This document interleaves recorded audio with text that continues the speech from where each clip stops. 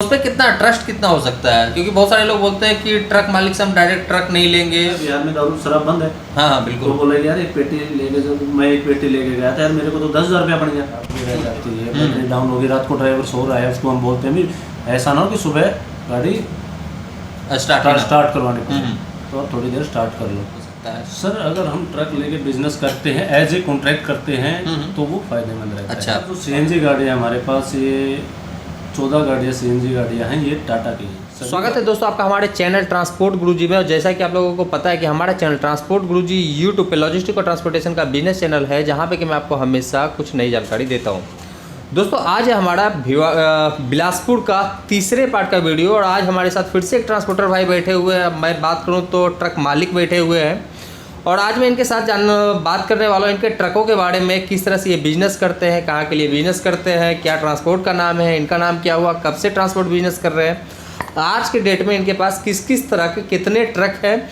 और इसके अलावा हम बात करेंगे कुछ ट्रकों के टेक्निकल स्पेसिफिकेशंस के बारे में कि कौन सा ट्रक अच्छा हो सकता है, माइलेजेस किसके अच्छे होते हैं, पर किलोमीटर कॉस्ट क्या हो सकता है।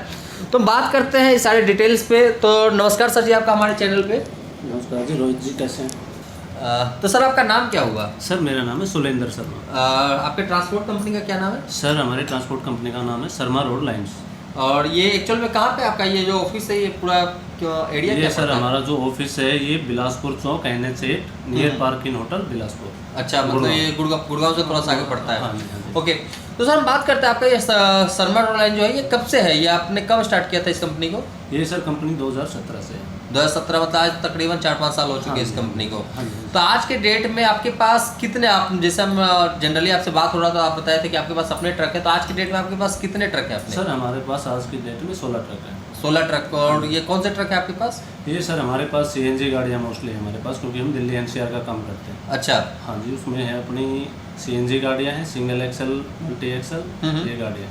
अच्छा, तो सर हम बात करते हैं सिंगल एक्सल और मल्टी एक्सल, आप बताए हो तो ट्रक ले करके बिजनेस करना, ये कहाँ तक आपको फायदेमंद, क्या ये लगता है कि ये ट्रक ले करके बिजनेस करना ज़्यादा फायदेमंद हो सकता है? सर अगर हम ट्रक लेके बिजनेस करते हैं, एज ए कॉन्ट्रैक्ट करते हैं तो वो फायदेमंद रहता है। अच्छा। अगर हम उनको मार्केट में चलाते हैं, किसी के थ्रू आपसे बोलेंगे कि हम यार मेरी गाड़ी भरवा दो, ये करवा दो, तो उसमें फ़र्क है। कॉन्ट्रैक्ट है, हमारा काम है, हमने गाड़ियाँ बना रखी, उसमें ये रिस्क वाली बात नहीं है, क्योंकि कॉन्ट्रैक्ट ले के गाड़ियाँ वहाँ जाएंगी। अच्छा, मतलब बुकिंग का काम ज़्यादा करके है, बुकिंग का आपने बुकिंग का एक तरह से कॉन्टैक्ट बना रखे हो? हाँ जी, हाँ जी, हाँ जी। अच्छा, तो सर एक चीज़ बताइए, कहाँ ये दिल्ली NCR में किधर कहाँ कितने किलोमीटर तक आप चला देते हो गाड़ी को अपना? ये सर दिल्ली NCR पूरा, उधर अपना पंजाब रूट पे जम्मू, पूरा पंजाब और जम्मू।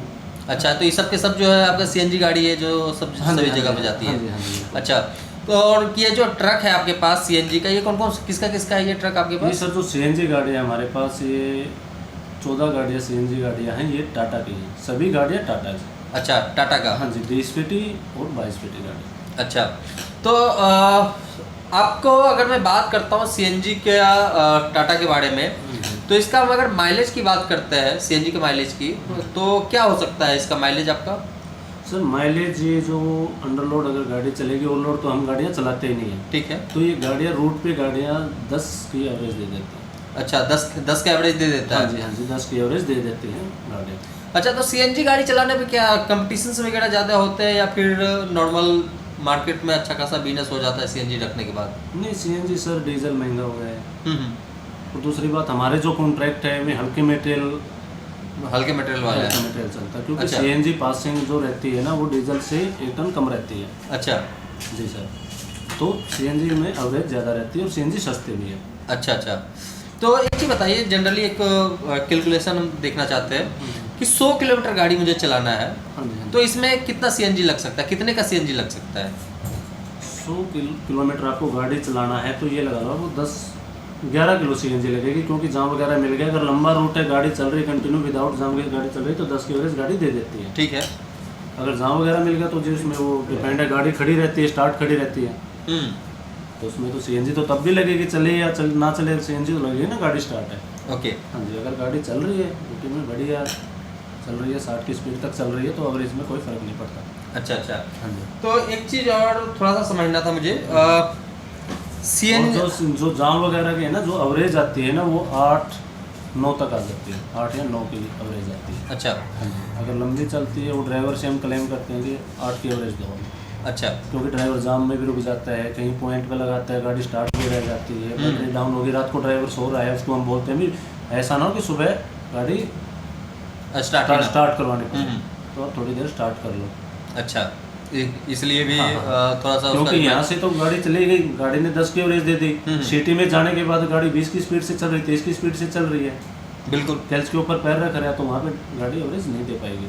अच्छा। इसलिए एवरेज आती है 8.5-9 की आती है, कुछ ड्राइवर को रहते हैं, हम 8 की एवरेज ही लेते हैं ड्राइवर से। अच्छा अच्छा। एक चीज़ और पूछना था थोड़ा सा, कितने साल का सर हो आप? जी सर, मैं 28 ईयर्स ओके। अभी के टाइम पे हम बात करते हैं, जो ट्रांसपोर्ट इंडस्ट्री जिस तरह से ट्रेंड कर रहा है, आपको क्या लगता है कि आने वाले, अगर मैं 1 साल बाद की मैं देखूं, तो ट्रांसपोर्ट बिजनेस कैसा हो सकता है? सर, ट्रांसपोर्ट बिजनेस ये भी एक हिस्सा है देश का, मतलब ट्रांसपोर्टेशन तो ज़रूरी है, मतलब कोई बस सर्विस है वो भी ट्रांसपोर्टेशन है। बिल्कुल। वो ट्रांसपोर्टेशन, हमारे पास गाड़ियाँ हैं, हमारा यही तो प्रोडक्ट है, हमारी सर्विस है, हमारा प्रोडक्ट हम सर्विस दे रहे हैं। ओके। बेटर तो ये है सर कि कॉन्ट्रैक्ट वगैरह कंपटीशन ज़्यादा आज के टाइम पे। तो रेट्स वगैरह कैसे मार्केट में, आप रेट्स वगैरह पे कैसे काम कर लेते हो फिर इसके लिए?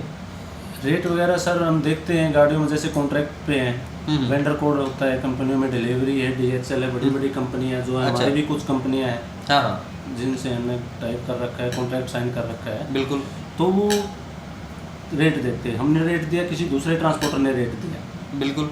उनके पास डीजल गाड़ियाँ हैं, हमारे पास डीजल गाड़ियाँ, आपके पास CNG गाड़ियाँ हैं, तो आप क्या करोगे कि CNG में और डीजल में तो फ़र्क है ना, हाँ बिल्कुल, आपका खर्चा कम आएगा, तो आप वहाँ पे रेट दे देते हो। अच्छा, तो मैं बात करता हूँ 20 फुट वाले जो ट्रक है टाटा के, इसका पर किलोमीटर कॉस्ट क्या आता होगा ऑन एन एवरेज? ये सर पर किलोमीटर एवरेज आ जाता है CNG का ही। हाँ, CNG। हाँ, CNG ये 10 की एवरेज देती है, तो नहीं, CNG पर किलोमीटर खर्चा जो है, हाँ, खर्चा कितना जाता होगा? ये पर किलोमीटर आ जाता है सर 8 रुपये। 8 रुपये का खर्चा आ जाता है पर किलोमीटर का। अच्छा, तो मुश्किल क्या है इस तरह के बिजनेसेस को मेंटेन करना मार्केट में? किस तरह से मुश्किल है आज की डेट में? बहुत सारे, मैं बताता हूँ, मेरे चैनल पे बहुत सारे लोग आते हैं जो वीडियो देखते हैं, और उनका कहना है कि ये इंडस्ट्री ख़त्म हो चुका है, ट्रांसपोर्ट इंडस्ट्री। नहीं, इंडस्ट्री ख़त्म नहीं हुआ सर, इंडस्ट्री ख़त्म नहीं होगा, ट्रांसपोर्टेशन इंडस्ट्री ये ख़त्म नहीं होगी, कभी भी ख़त्म नहीं होगी। ये तो आप किसी भी देश को ले लें, अमेरिका को ले लें, ट्रांसपोर्टेशन है, वो उधर के ट्रांसपोर्ट DHL है, मतलब बाहर की जो कंपनी है, अमेजोन वगैरह, जो इधर, चलो इनका काम दूसरा है, सेल्स का काम है, ये अपना, हाँ, ये तो अपना ई-कॉमर्स वाले जो है, ई-कॉमर्स का ये कर रहे हैं, बिल्कुल। लेकिन ट्रांसपोर्टेशन का कभी नहीं हो सकता। लेकिन ये होता है कि कभी मंदे की मार हो गई, फाइनेंस पे गाड़ियाँ होती हैं, बिल्कुल, रेट नहीं मिल पाते हैं, बिल्कुल नहीं मिल पाएंगे तो गाड़ी खड़ी रह जाएगी, गाड़ी के किस ड्राइवर का खर्चा देना होता है, तो जो छोटे मोटर मालिक वो तो यही लगेंगे, लेकिन बड़े भी उनको प्रॉफिट है, तो लॉस भी तो उनको बड़े लेवल पे ही होता है ना, बड़े ट्रांसपोर्टर हैं। हाँ, ये बात भी सही है। बड़े ट्रांसपोर्टर अगर आज उन्होंने कमा लिया, या आप सिंगल मोटर मालिक हो, आपके पास एक गाड़ी है, लॉकडाउन लग गया, गाड़ी नहीं चल पाई, एक गाड़ी की किस्त तो आपने जैसे तैसे करके भर दी, बिल्कुल, और जिस मालिक के पास 200 गाड़ियाँ हैं, 500 गाड़ियाँ हैं, वो किस्त कहाँ से भरेगा? 2 महीने भर लेगा, 4 महीने भर लेगा, वो 1-1 करोड़ रुपये, आप 50-50 लाख रुपये हर महीना कहाँ से लेके आएगा? तब गाड़ियाँ चल ही नहीं रही, इसलिए ख़त्म बोल रहे हैं कि ख़त्म हो जाएंगे। अच्छा, इतने सारे ट्रक कंपनी है इंडिया में, मैं 3 खास करके लेता हूँ, आइचर हो गया, टाटा मोटर हो गया, और अशोक लेलैंड हो गया। ये तीनों में अगर मैं MCV जैसे ट्रकों की बात करूँ, मीडियम ट्रक जो होते हैं, कौन से ट्रक सबसे, कौन सी कंपनी के ट्रक सबसे अच्छे हो सकते हैं आपकी नज़र में? ये सर, हम तो अभी टाटा चला रहे हैं, टाटा ने आज तक हमें निराश नहीं किया है, टाटा की गाड़ियाँ ले रहे हैं, हमारे पास टाटा की गाड़ियाँ हैं, और एक आइसर की अभी बनाई हमने सिंगल एक्सल। अच्छा, वो अभी रोड पे आएगी, फिर देखेंगे, मतलब उसका भी एक्सपीरियंस लेना बाकी है। उसका एक्सपीरियंस लेना बाकी है सर। मार्केट है अभी, ये तो नहीं 20-50 को लेके चलेंगे, इसी को मार्केट में अलग तरीके का करके देखेंगे, सिंगल एक्सल, मल्टी एक्सल देखते हैं। अच्छा, तो मैं बात करता हूँ थोड़ा सा इसके बारे में कि जो ट्रक आपके लोड्स वगैरह होते हैं, तो ट्रक वगैरह लोड करवाने में या फिर अनलोड कराने में भी प्रॉब्लम बिगड़ आता है मार्केट में, या फिर सिंपली ट्रक जाता है, लोड हो जाता है और ट्रक पहुंचता है, खाली हो जाता है? देखिए सर, ये कई तरह की समस्याएं होती हैं, हम कॉन्ट्रैक्ट बेस पे काम करते हैं। अब कोई गाड़ी लोड होकर वेयर हाउस से वेयर हाउस जाती है, कोई सेलर से माल उठा के फिर वेयर हाउस में जाती है, ठीक है, बिल्कुल। कोई बड़ी कंपनी के अंदर जाती है खाली होने में, वहाँ पे ज़्यादा गाड़ियाँ, देखो प्रॉब्लम तो उन्हें भी है, वो गाड़ियाँ कैसे खाली करेंगे, लेबर का इशू आ जाता है। बिल्कुल। लेबर का इशू आ जाता है तो गाड़ियाँ कैसे खाली होगी, लेबर पे भी डिपेंड है, सब चीज़ें ज़रूरी हैं। अच्छा। अब गाड़ी के लिए ड्राइवर ज़रूरी है, हाँ माल के लिए ट्रांसपोर्टर ज़रूरी है, बिल्कुल। उसके बाद खाली करने के लिए लेबर भी ज़रूरी है। हाँ, ये तो सर जरूरी है। अगर वहाँ पे लेबर नहीं है, प्रॉब्लम आ जाती है, लेकिन वेयर हाउस से वेयर हाउस करने में कमी आती है। अच्छा, एक चीज़ और थोड़ा सा समझना था कि डिटेंशन, जो कि इस इंडस्ट्री में लोग जब ट्रक रुकता है कहीं पे हाँ जी, हाँ तो डिटेंशन पे किया जाता है। हाँ जी। जनरली मैंने देखा है, मैं भी दिया हूँ, देखा क्या, मैं भी दिया हाँ, हूँ। हाँ, ट्रकों के हिसाब से 500 से लेकर के 1000 रुपये 1500 रुपये तक का डिटेंशन दिया हूँ। हाँ जी, हाँ जी। तो अगर मैं बात करता हूँ जनरली एक 20 फुट का ट्रक अगर एक दिन में डिटेन किया हूँ या 2 दिन डिटेन किया हूँ और मैंने उसको 1000 रुपये करके 2 दिन का मैं 2000 रुपये दे दिया, तो क्या इससे ट्रक मालिक को फायदा हो सकता है? 2000 रुपये नहीं हो सकता सर, बिल्कुल भी नहीं हो सकता। अच्छा, क्योंकि गाड़ियों की है ना, आप ये लगा लो कि समथिंग 50,000 रुपये किस्त रहती है, 45 से 50,000 रुपये की किस्त रहती है। ठीक है। अब आप डिवाइड कर लो डेली की किस्त कितना है। अच्छा, ठीक है। 1000 रुपये डेली ड्राइवर का खर्चा है ये, खाने पीने का, खाने का, सैलरी हाँ, का। 1000 रुपये खाना और सैलरी, मतलब 1000 रुपये हो जाता है। तो ये लगा लो कि कम से कम खड़ी गाड़ी का भी 2500 रुपये खर्चा है ये सर। मतलब कि अगर हम 1000 रुपये पे किसी 20 फुट के ट्रक का कर रहे हैं तो कहीं से भी कोई ट्रक मालिक के लिए वो जायज़ नहीं है।